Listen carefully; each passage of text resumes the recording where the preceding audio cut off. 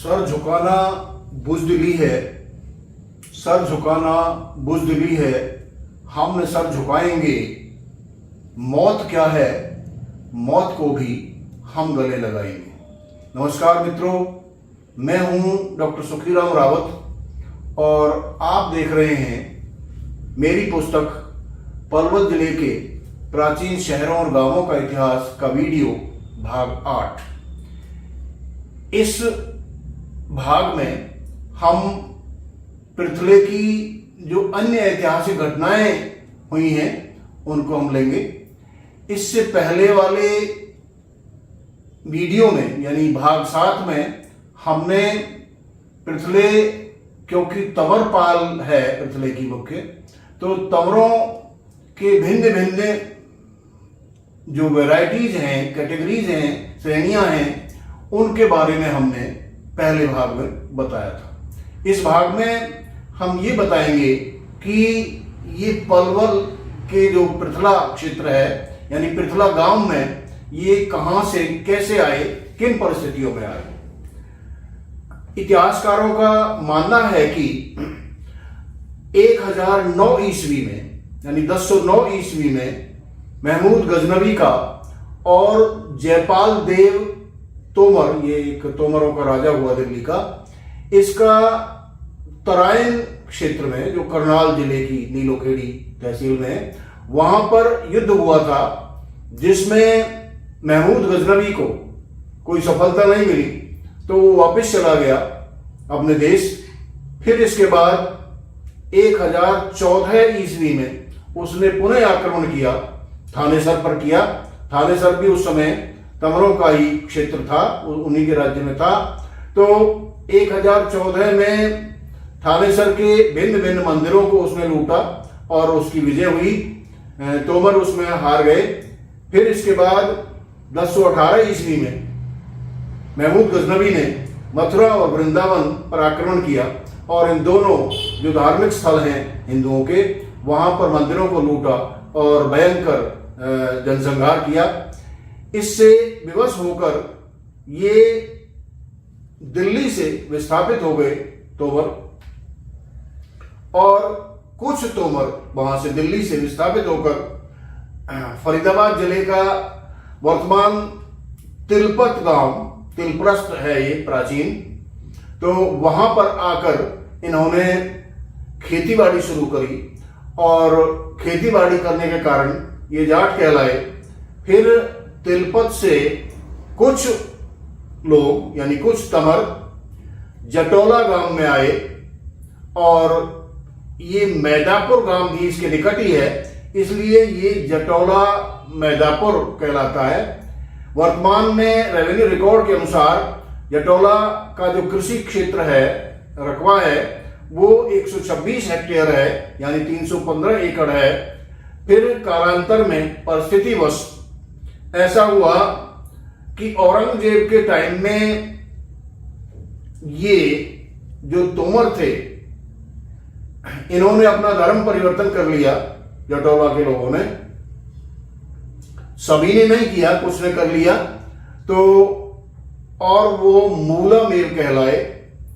परंतु 1943 ईस्वी में जब रावतों के बहीन गांव में एक पंचायत हुई थी, उस पंचायत में इनको पुनः हिंदू बना लिया वैदिक धर्म के अनुसार। अब हमें यह देखना है कि ये पृथला कैसे आए। 1245 यानी कि 1189 ईस्वी में वहां से निकलकर ये जो वर्तमान पृथला है इस जगह पर आया। वर्तमान पृथ्वी में पहले हंसराज ब्राह्मण रहते थे। हंसराज ब्राह्मण रुपए पैसे का लेन देन करते थे, इनको बोहरा कहते थे, और दूर दूर तक इनका आर्थिक यानी लेन देन का व्यवसाय था। तो शुरू में इनका संघर्ष होता है। हंसराज ब्राह्मण अधिक थे, ये थोड़े थे, इसलिए जटोला मैदापुर के जो तंवर थे उन्होंने भी पृथ्वीपाल की मदद करी और हंसराज ब्राह्मणों को इन्होंने हरा दिया वो बहुत सारे हंसराज ब्राह्मण मारे गए और कुछ यहां से पलायन करके चले गए। अब ये देखना है कि इसका नाम पृथला कैसे पड़ा। संस्कृत व्याकरण के हिसाब से हम देखें तो क्योंकि ये भूमि कब्जाई हुई थी, विजय की थी, जीती थी हंसराज ब्राह्मणों से, इसीलिए हम इसका विग्रह व्याकरण के अनुसार कर सकते हैं कि पृथ्वीपालेन लायते भूमि यत्र इति पृथ्वीलय। शुरू में हमें इसका नाम पृथ्वील करेंगे व्याकरण के अनुसार, और फिर एक बस्ती के अर्थ में इसमें आकारांत टाप प्रत्यय लगाएंगे तो ये पृथ्वीला हो जाएगा, और फिर बिगड़ के पृथला ये बन सकता है। इसकी दूसरी व्युत्पत्ति भी की जा सकती है। पृथला की दूसरी व्युत्पत्ति ऐसे की जा सकती है कि प्रथा कुंती को कहते हैं। कुंती क्योंकि पांडवों की माता थी और तमरों की पूर्वजा थी, तो इसलिए प्रथा का ओला, पृथौला जैसे जटोला से बना है, जाटोला से जटोला, इसी प्रकार से पृथौला से पृथला बन सकता है। इस प्रकार पृथला के दो हम व्याकरण के अनुसार विश्लेषण कर सकते हैं।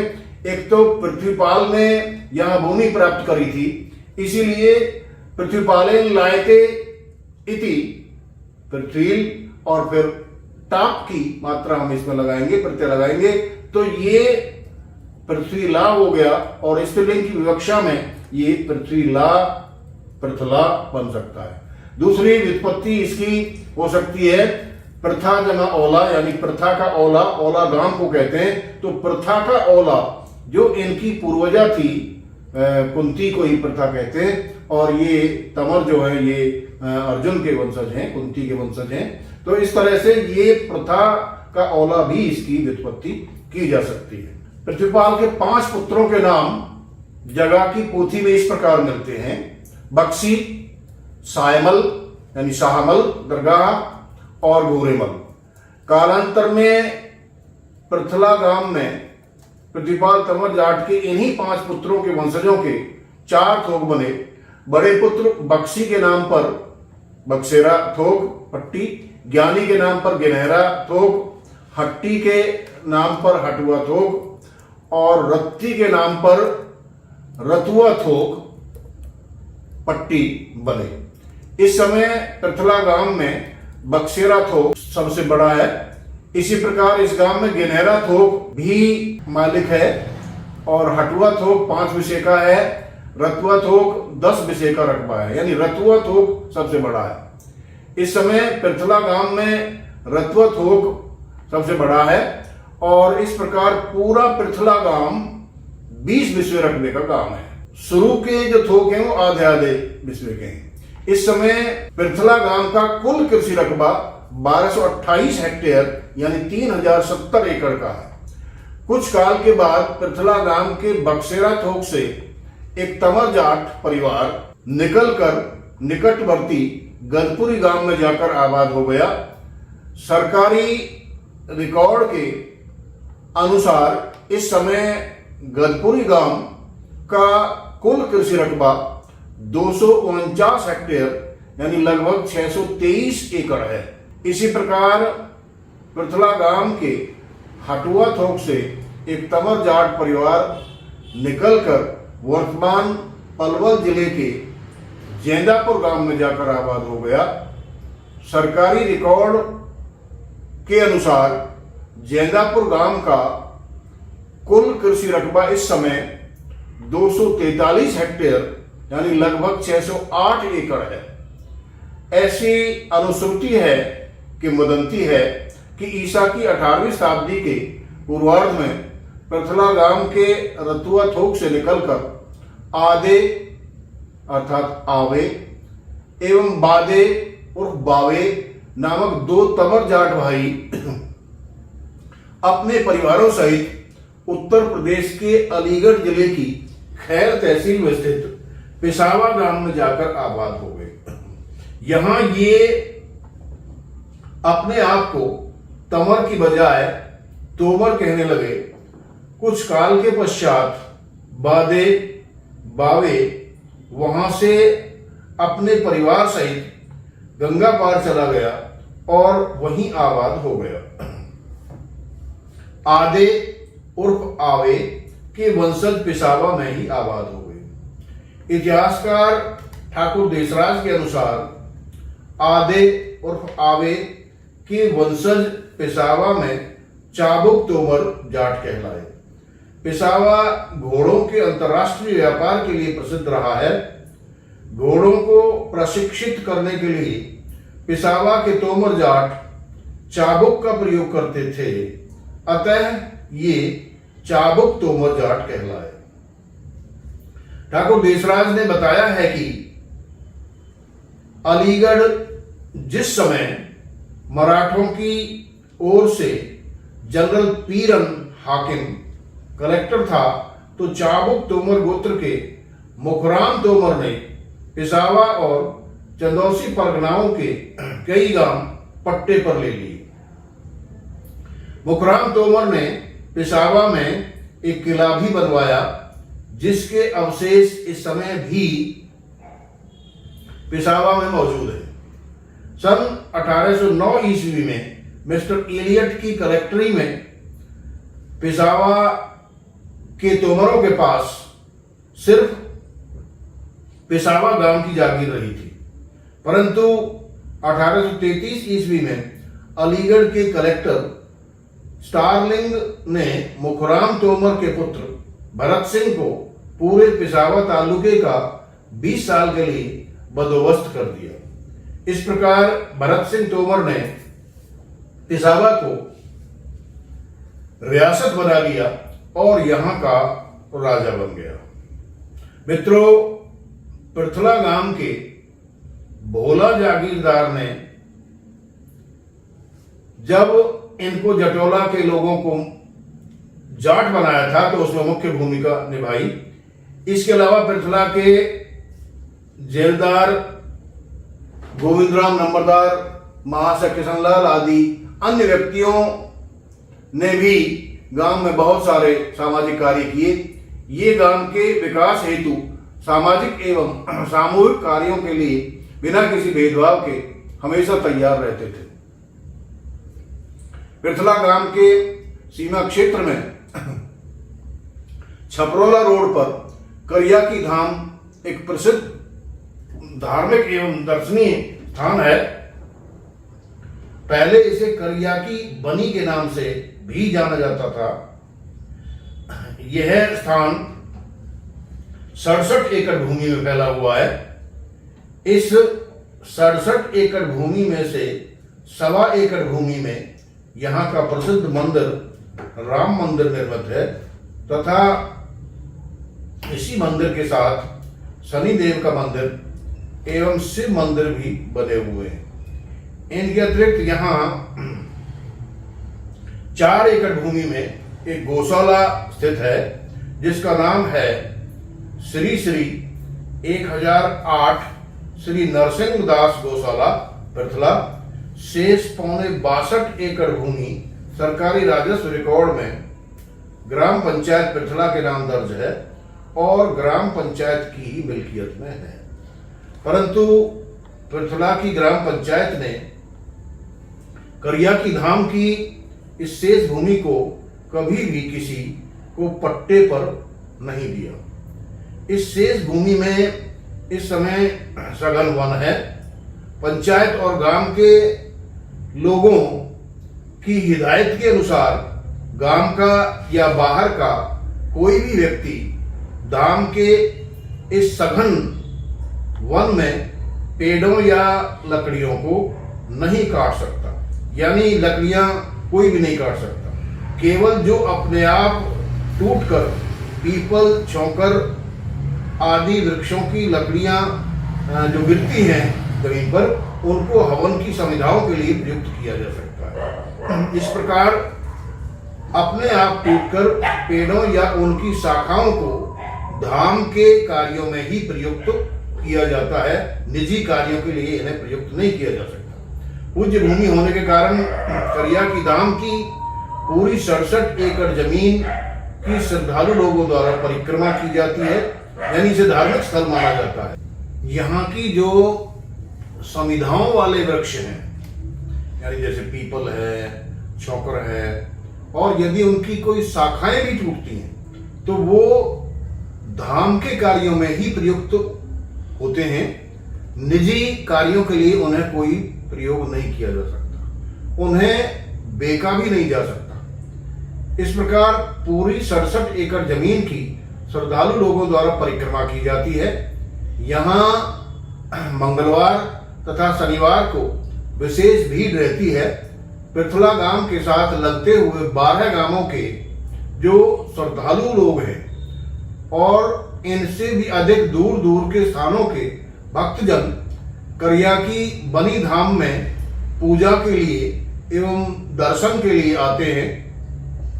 पृथला गांव के साथ लगते हुए 12 गांवों के नाम इस प्रकार हैं: पृथला, छपरौला, सहराला, भीकूनंगला, बुरजा, सिकंदरपुर, दूधौला, गदपुरी, हरफली, ढूंढसा, जटौला, मैदापुर, मोहला। ऐसा बताया जाता है कि इस धाम की पुण्य भूमि में वनखंडी नामक एक सिद्ध महात्मा ने अदृश्य होकर घोर तपस्या की थी तथा कई दिव्य सिद्धियां प्राप्त की थी, जिनकी शक्तियों के माध्यम से इस महात्मा ने पृथला गांव के कई श्रद्धालु भक्तों को सफल आशीर्वाद प्रदान किए थे।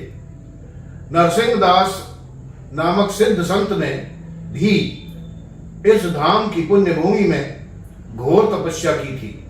यही कारण है कि इस संत के पृथलावासी श्रद्धालुओं द्वारा इस धाम की गौशाला का नाम संत नरसिंह दास के नाम पर रखा, जिसका नाम है श्री 1008 श्री नरसिंह दास गौशाला, जो इस समय भी यहाँ सुचारू रूप से संचालित है। पृथला गांव में करियाकी धाम के अलावा भरोखर तालाब, पथवारी तालाब,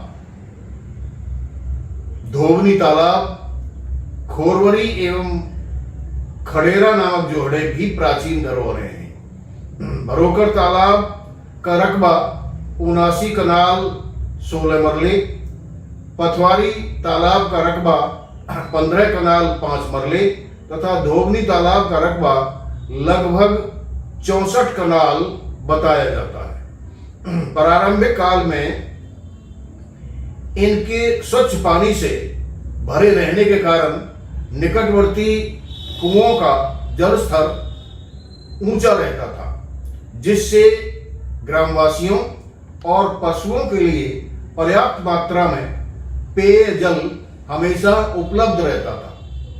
परंतु अब ये तालाब और जोहड़े अतिक्रमण होने की वजह से सूखे पड़े रहते हैं। अतः भूजल स्तर ऊंचा रखने के लिए इन्हें अपनी पूर्वकालीन प्राकृतिक अवस्था में लाकर इनके संरक्षण की अति आवश्यकता है।